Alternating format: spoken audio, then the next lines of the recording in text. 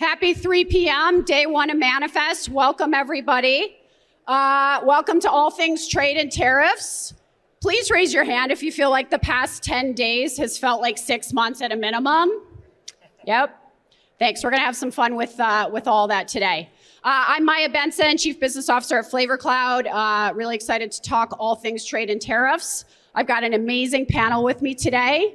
Before I introduce them, I thought a couple inputs that we could all share on what's forcing or forces on cross-border trade might be a good place to kick off. So with that, I'm gonna press my button, and it's working. Okay, let's kick off with why global trade matters. Okay, I'm gonna ask you to rewind hundreds of years with me. There's no electricity, there's no phones, wink, wink. And we're going back to the 14th through 17th centuries to the Age of Discovery. The Age of Discovery really kicked off global trade as we know it. There were a bunch of kings that wanted more stuff, and they wanted to find a faster path to Asia to most of that stuff. And so wrote some checks, got some innovation in the form of much larger ships and compasses. And this is really what has driven trade or unlocked trade to be what it is today. The Columbian Exchange was born, really unlocking the old world and the new world. And again, the new world, America and Australia, were the babes back then and really the blockers to access cheaper trade routes to Asia. Why does all this matter? Because fast forward to today, 22% of the US GDP is due to trade. This matters. Anybody know the annual GDP of the United States? $30 trillion. 22% of that is about $6-7 trillion. That's double the GDP of the UK alone. That's double the GDP of France, okay? It's a big deal. Fun facts on the right-hand side. Who knew that 100% of Germany's GDP was based on trade? I didn't know that, but it's a big deal. What we do matters.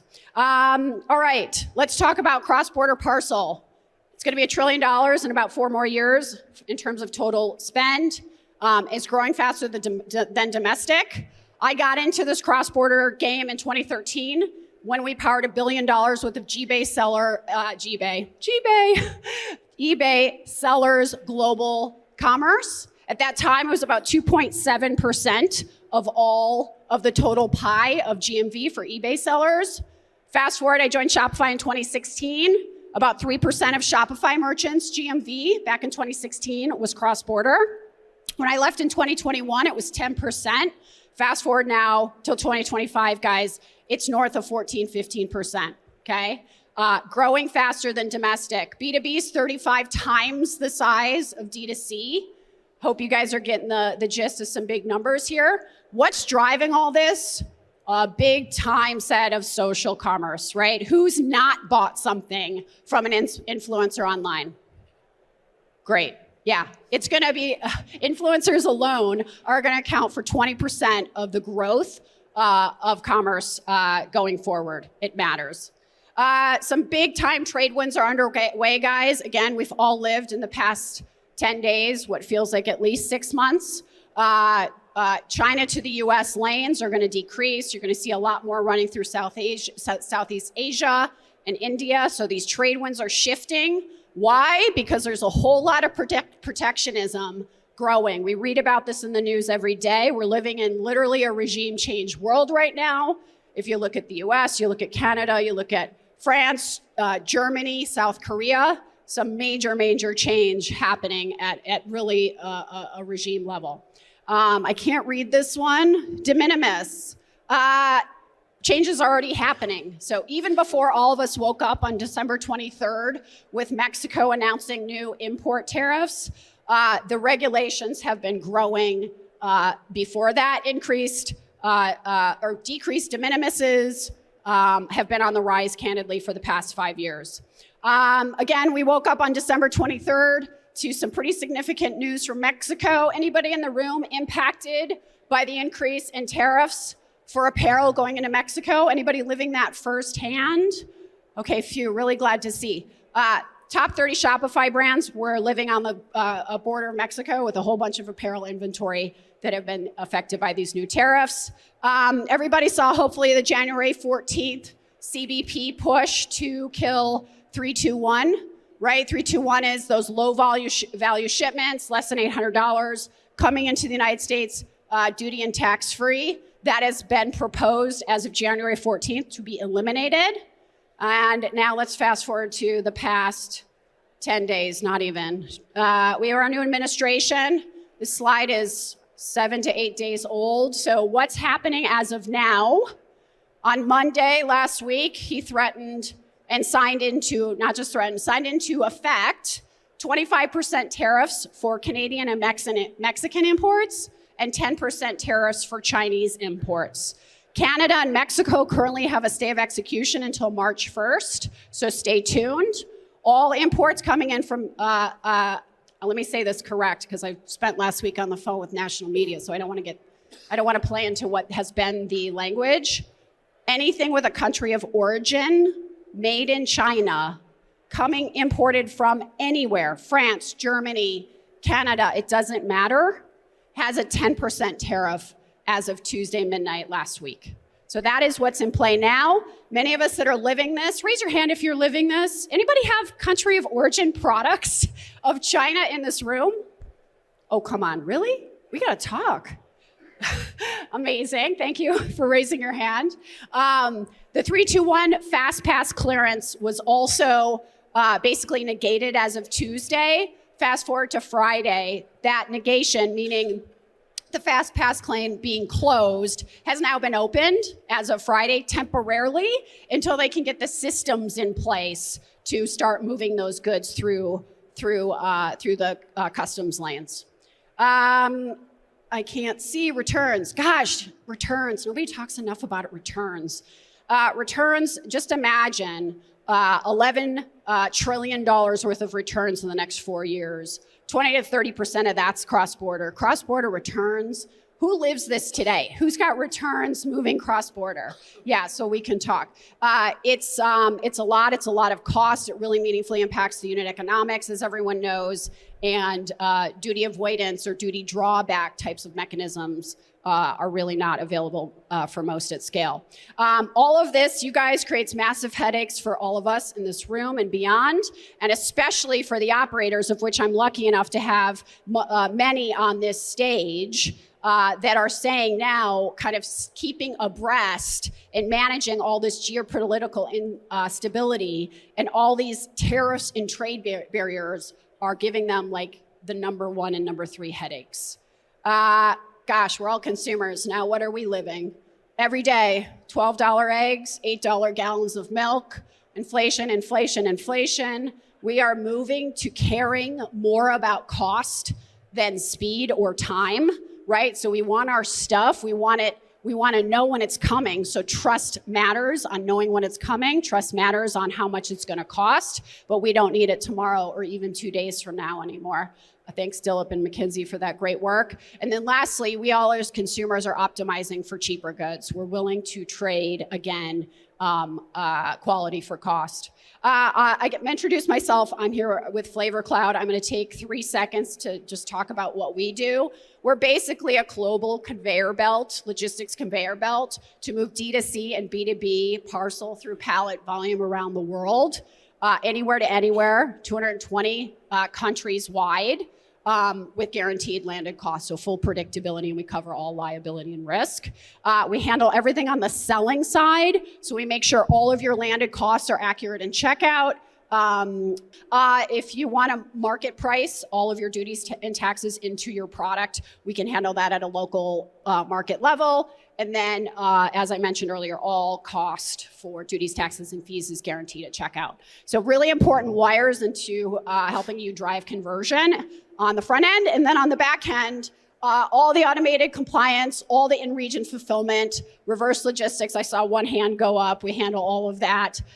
Customs clearance and liability, which is now becoming, candidly, the prerequisite. You cannot have an immunity to whatever Trump's pen stroke is on any given day if all of your SKUs are not ready to be globalized, so don't have HS codes, and you don't have partners that are always on compliance. So that is what kind of it's going to take to compete in this crazy dynamic world we're living in. We handle all the local taxes, and we've got a really unique 300 carrier plus first global and last mile network so that your shipments can make it when you tell your consumers and your businesses they will make it. All right, any questions, just hit me up. Now I would love to introduce my fantastic panel. I'm gonna start here, Steve. So guys, if you could just do an introduction, then we can get into our questions. Good afternoon. My name is Steve Schweidert. I'm here with Gap Incorporated, and I lead our logistics as a service business, 3PL for Gap. And as Maia suggested, with all this craziness, I take all my frustration out on a little white ball on the weekends and call golf fun, okay? Hey everyone, my name's Sean Herwalt. I'm the head of supply chain at Novos. Handle everything from raw material procurement all the way through to post-delivery customer experience. Prior to that, I was at SpaceX working on a number of programs, most notably Starlink, where I took it from prototype all the way to 1 million plus paying customers. And when I'm not dealing with fires in the supply chain, I like to travel the world looking for interesting wine regions to visit. Hello, everybody. I'm Sean Compton. I'm the second Sean on the panel here today. I'm in charge of transportation at 3PL called DCL Logistics, which is California-based, but we do have facilities across the country. And we work with a partner in Canada as well, where we do a little bit of 321. It was impacted, of course, the past couple of weeks. So my role is essentially to match the needs of our customers with the needs of the providers that are out there, which is always a challenge, particularly as things are changing. And then in between all of that kind of stuff, I'll do things like factor polynomials or study the migratory path of the hooded merganser. Just kidding, I don't do that. Thanks. Good afternoon. My name is Dilip Bhattacharjee. I'm a partner with McKinsey & Company.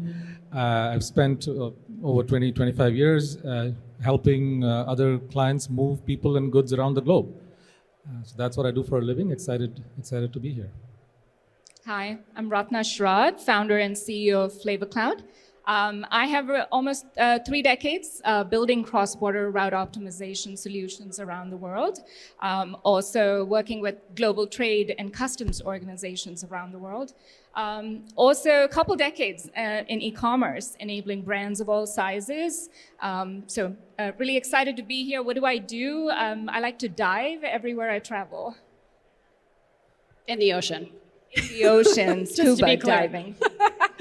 All right, awesome. So the format today, guys, is we're going to tell some stories about what these experts have learned looking back at 2024, and then we're going to pivot and we're going to talk about what they're expecting for 2025. And candidly, I might ask them for even what their life has been through over the past week. Really encourage everyone to use the QR code. All questions are welcome. So looking forward to some active questions from the audience.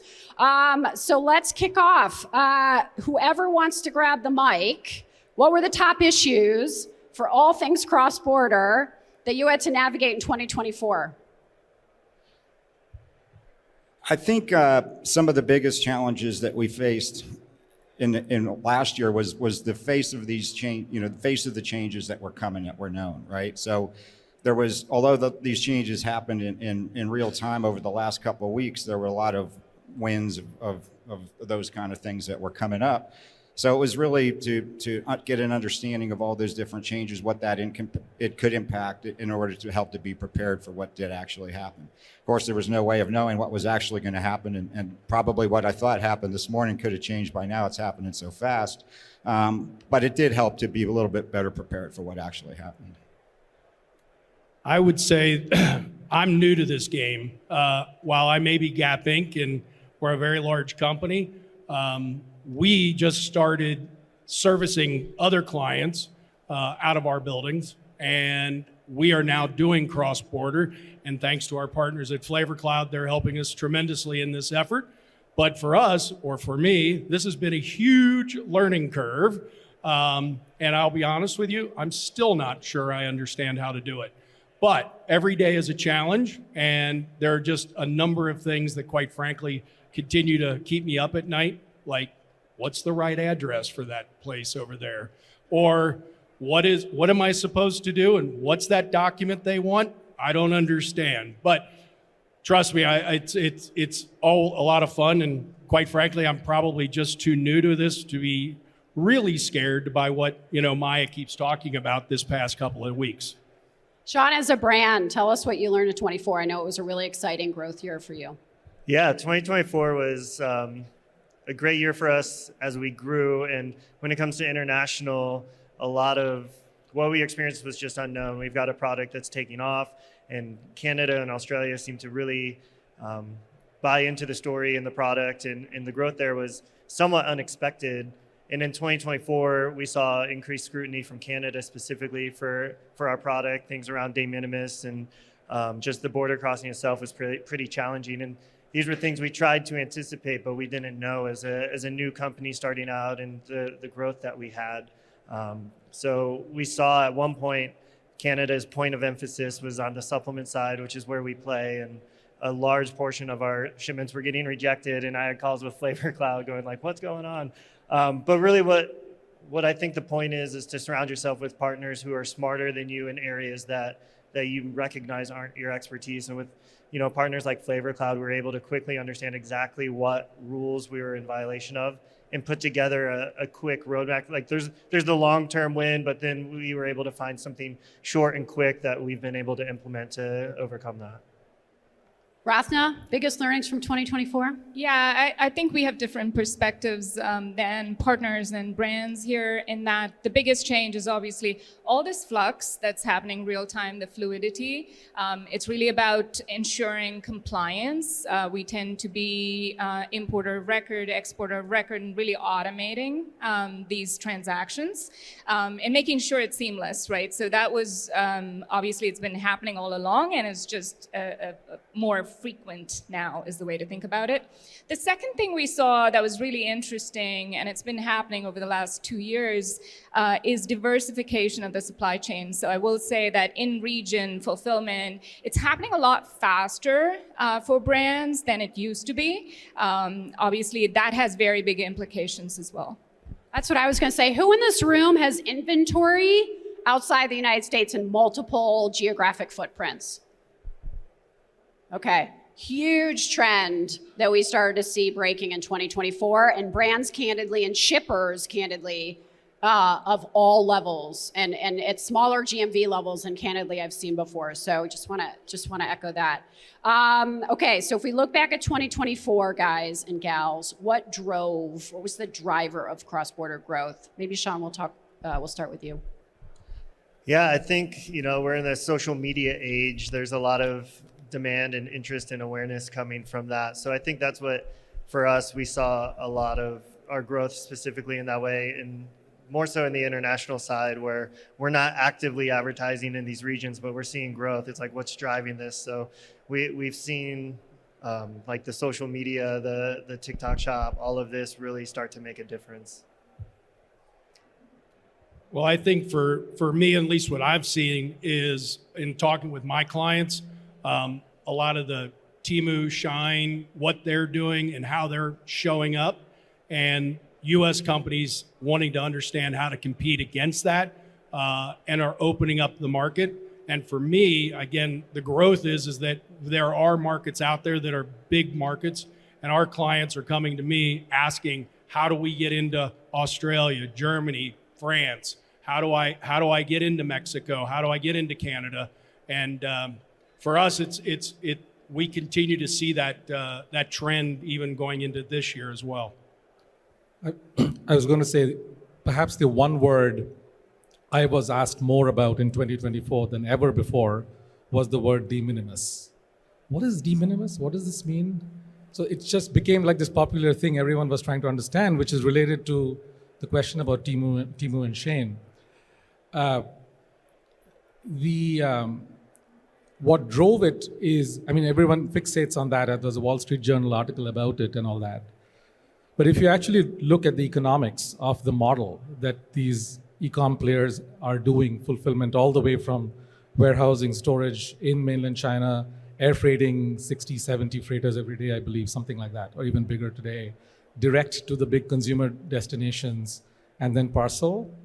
if you do the math of the lower inventory holding cost because they're collecting all that inventory for the world in one spot, and then they're offsetting the cost of flying over, which is obviously much more expensive.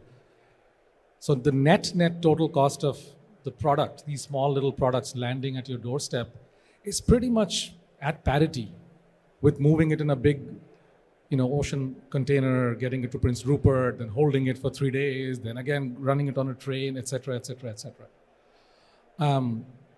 So that, I think, people are fixated last year on de minimis, but the real story of the growth is they have pulled off a logistics trick that we've always pulled off, which is consolidate at a cheaper location and figure out a way to move it at the total cost of ownership, which is at parity with the alternative. Because once you're in strike zone cost per unit, then you can figure out all kinds of creative ways to use that capability to grow your business. So that's sort of the big growth, which is they figured out a different model, a different mousetrap.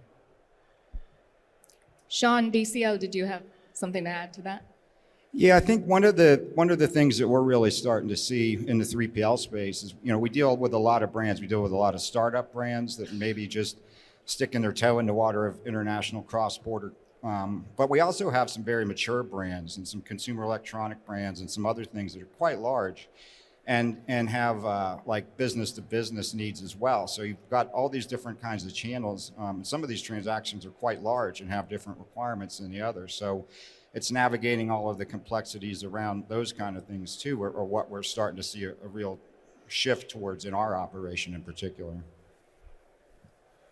I feel silly asking this question because you guys are all looking at your phones and there might be news that I don't know even as of 2 minutes ago. But team, what do we expect the biggest drivers of change to be in 2025? 1600 Pennsylvania Avenue. Yeah, exactly. And it might, again, you guys might know something I don't. Keep going, Sean. Tell us more, 1600 Pennsylvania Avenue. Well, I think certainly with all of the things that the new administration is looking into, not just for international, but all the other cost cuttings and things like that could touch the industry in a different way as well. Those are going to be the prime focus. Everything that's going on there is certainly going to have all the attention, whether it's dealing with international, de minimis, the 321, any of that to in-country commerce as well. I think that a lot of things are going to change, and it's going to be an exciting year. Dilip, what do you think? What's coming in 2025? Let me be slightly contrarian. Not that change will not come from 1600 Pennsylvania Avenue. That I agree with. I think international trade, if you look at the big sort of picture, and McKinsey Global Institute actually has a really nice thing 2-3 years ago about the geography of trade flows, which visualizes what moves from where to where.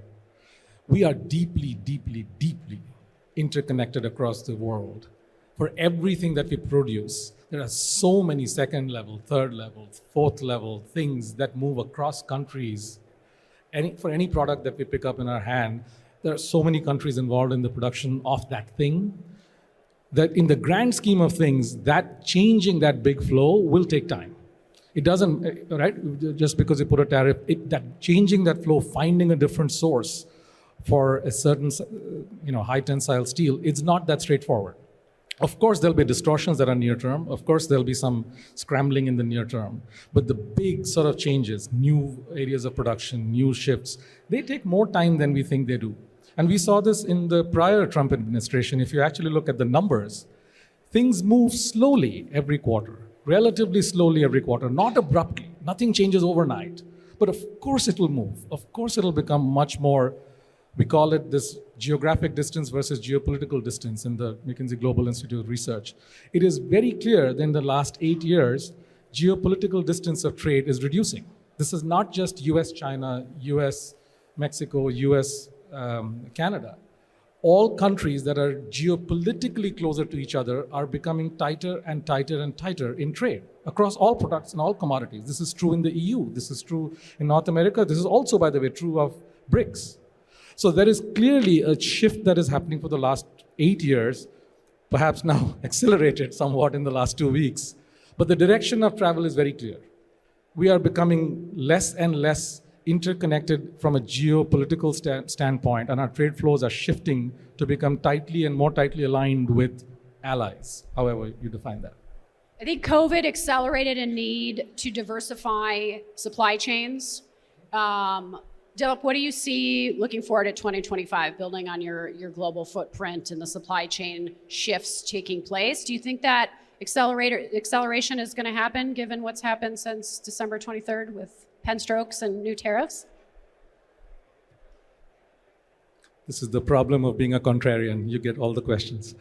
Yes, of course. Yes, of course.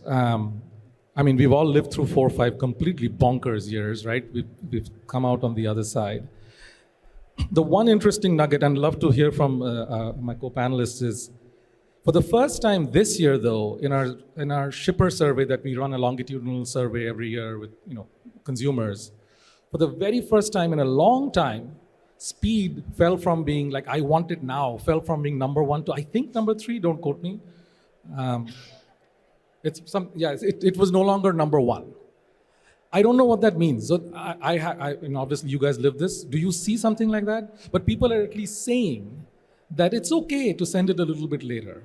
I am seeing when I shop on Amazon, just as a consumer, that I'm being given options for, do you want to combine this for Prime Day? So is this something you guys are seeing as well? Speed is becoming less of an issue? Yeah, I would suggest that yes and no in that regard.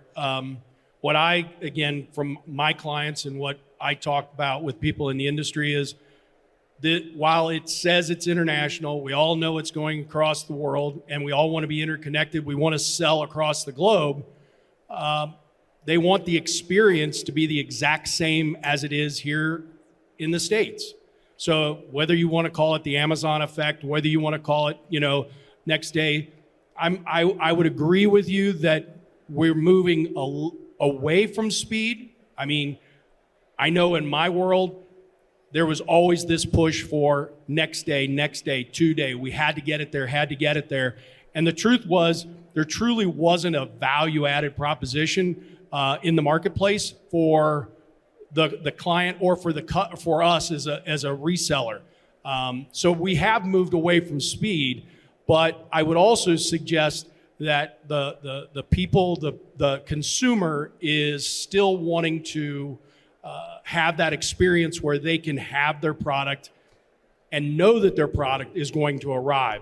So I'll take again, being a consumer myself, I know when I've ordered things and I know I don't get that response that hey, it's going to be here tomorrow or 3 days from now, and I go, oops, I think I ordered something from China. And the next thing you know, I don't know if I actually hit my credit card, those kind of things. So that experience that we all have grown up with here in the United States is the same experience that we want internationally. And again, I feel we're striving to how do we make that happen each and every day. Rathna, what did you see, or what do you think the biggest drivers of change in 2025 is? Yeah, I was going to say 2025 and really looking 2 to 3 years ahead.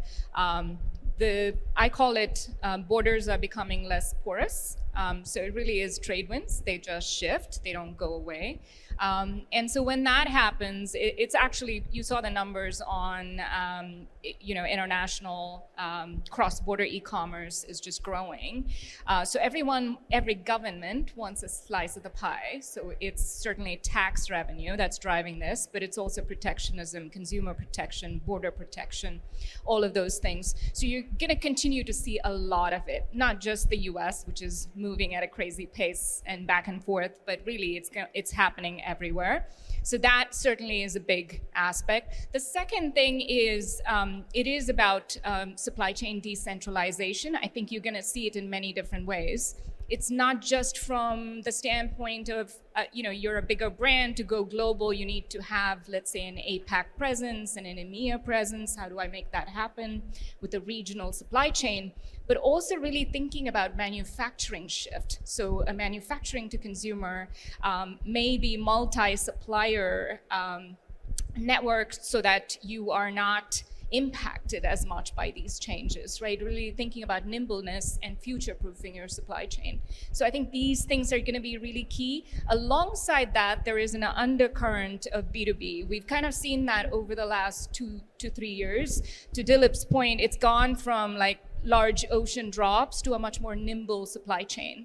That's not just happening because the cost is about the same, but it's also happening because consumers are demanding a different cycle. So it's a much more fast fashion-driven cycle, if you will. Novo, Sean, what do you need to do differently in 2025 to continue to grow internationally? Yeah, embrace change from the sounds of it. So, in our business as a supply chain, I think the only thing that's constant is change. So it's like anticipating that and expecting it. As a brand, don't let the idea of change or risk really back you into a corner and like almost give you like analysis paralysis where you're not making decisions. I think it's important to move forward, implement new programs, but be aware of, what failure and success looks like. Something we talk a lot about is just failing forward. Like you can learn a lot in failure. And sometimes early failure leads to earlier successes because you learn a little bit quicker. That's something that we saw in this last year with our cross-border that ended up unlocking a new like territory for us all together. But just like talking about like 2025 and what's coming, I think we all know like there's going to be risks. We don't necessarily know what they all are, but they're coming. And I think something we can always do is just like understand like the likelihood of said risk if you hear something, and then the impact, and like rate those two and see like how likely is something and how impactful it would be. And that kind of gives you a roadmap to understanding like which risks you really need to or want to have a playbook in place in case that comes through, especially with how dynamic everything is right now. DCL, Sean? Yeah, so I think just to keep being prepared to meet the needs of our customers and to have to reinvent what it is that we're doing as well. We're in the process of reinventing our technology around our shipping and reinventing the carryover portfolio that we have within that. You heard Rathna mention it. I mentioned it before, where we have brands. We've got about 80 different brands that we represent. Many of those are now maturing into a larger and larger international space, right? There's a lot of B2B transactions and things like that. One of the appealing things about Flavor Cloud, for example, is that they handle direct to consumer and business to business, large business to business transactions as well. There's complications in international when you're doing harmonized code setups and all these other kinds of stuff across multiple providers. So in the past, it's always been, if somebody starts to branch into that B2B space, then you're assigning a different partner to handle those transactions. Right now you have two sets of reconciliations and duplicating those efforts. And also the other providers in that space can get kind of expensive too, comparatively to some of the other, for comparison to Flavor Cloud, for example. So adding simplicity into that, and having one partner that can handle all of those transactions is of value too for certain customers. And so by making sure that we're having the offerings that are out there in advance of when they might actually need it is very beneficial, and that's the direction that we're looking at for this year. Steve, what are you going to do different in 2025 to support the international growth? Pedal faster. I'm going to golf less and pedal more. I think, ultimately it's continue to learn, continue to grow, continue to take these challenges on each and every day to make it better. Rathna, how are we going to show up for our shippers in 2025 differently? Yeah, I think 3 key things for us. One is supply chain decentralization that I talked about, like how do we enable that using anywhere to anywhere network that supports Flavor Cloud. Second is B2B, our core network, enabling it across these regional hubs. And third is reverse logistics. That's the other thing that we've started enabling, and it's something that's critical because about 10% of international is now returns. And to Steve's point, consumers want the same experience from international as they do domestic. So that's part of it. We have 20 seconds. We're in Las Vegas. Panelists, and then I'm going to ask the audience: is 3, 2, 1 dead in 2025? Bets. Yes? No? Yes. Yes? Yeah. Yeah. As we know it, for sure. Yeah. Yeah, I'd say yeah. In some way, shape, or form, yes. Yes. Audience, de minimis gone in 2025? Yes or no? Raise your hand. Yes? Yeses are the hands. Yeah, I think it's going to materially shift. Listen, you guys, thank you so much for coming out to talk trade and tariffs with us. All of us are free and available to talk to you off stage. Thanks Maia. again. Oh, we don't.